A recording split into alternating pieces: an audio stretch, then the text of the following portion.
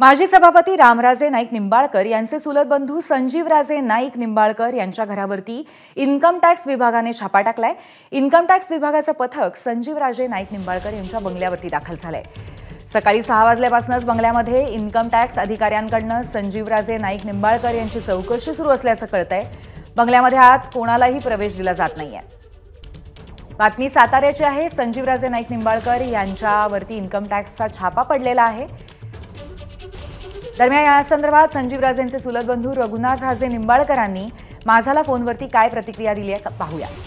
नाही, माझ्या पण बंगल्यावर छापा पडलाय। रघुनाथ राजे नाईक निंबाळकर बोलतो मी।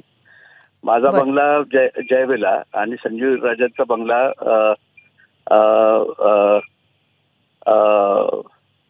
सरोजवेला, या दोन्ही बंगल्यांवर छापे पडलेले आहेत आता।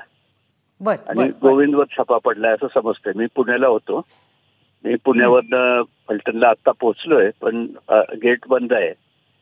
तर ते आता I hope they leave me inside. बर पण अशा पद्धतीने छापा टाकण्याचं कारण काय असावं, काय वाटतं तुम्हाला या संदर्भात? कल्पना नाही मला, म्हणजे आमचं काही वेडेवाकडे व्यवहार नाही आहेत, त्याच्यामुळं मला नाही वाटत काही फारसं डॅमेज आम्हाला होईल याच्यात।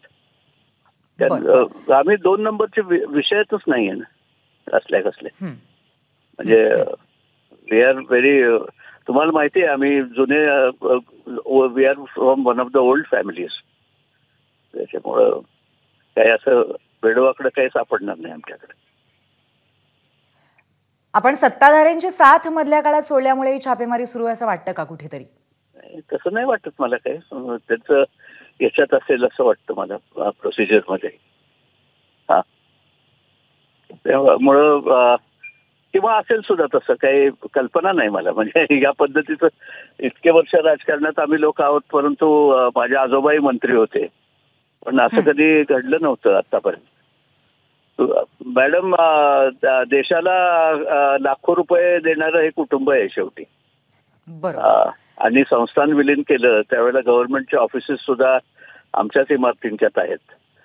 आणि कुटुंब म्हणजे लोकशाहीत सामील झालेलं हे घराणं आहे, असं व्हावं हे दुर्दैव आहे। तर अशा पद्धतीची प्रतिक्रिया रघुनाथ राजे निंबाळकर यांनी दिलेली आहे। एबीपी माझा, उघडा डोळे बघा नीट।